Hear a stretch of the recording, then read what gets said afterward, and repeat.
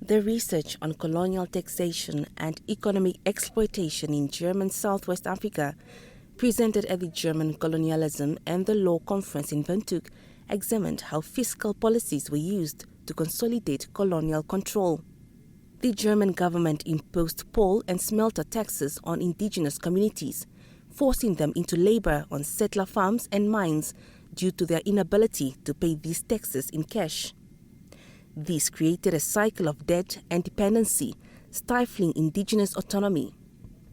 Legal scholar Sophie Petry emphasized how discriminatory tax policies funded colonial administration and military expenses while deepening economic dependence among indigenous populations. So there were like indirect methods of control, exploration through the labor market, forced recruitment for public and private projects, so that mainly the ordinances were towards the Germans. And through different laws, land and resources, which were transferred from the locals, from the colonists to the locals, this, especially the resettlement, displacement of the indigenous population was intense, and so there was a huge shift. Post-independence, Namibia and other former colonies have raised claims about how arbitrary tax demands under colonial rule led to the loss of their resources and land.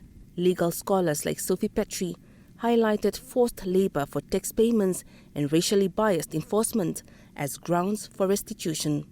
This forced labor was ongoing, and of course led to a huge depression within the indigenous population. So then the Herero and Nama uprising and genocide was actually also one of the outcomes of this ongoing repression.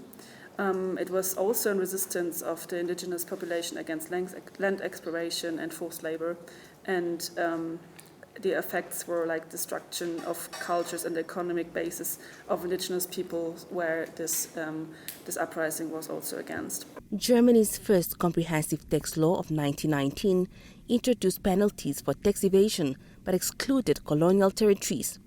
However, its principles of centralized enforcement and punitive measures echoed colonial repression. Siaman Vikwa, NBC News.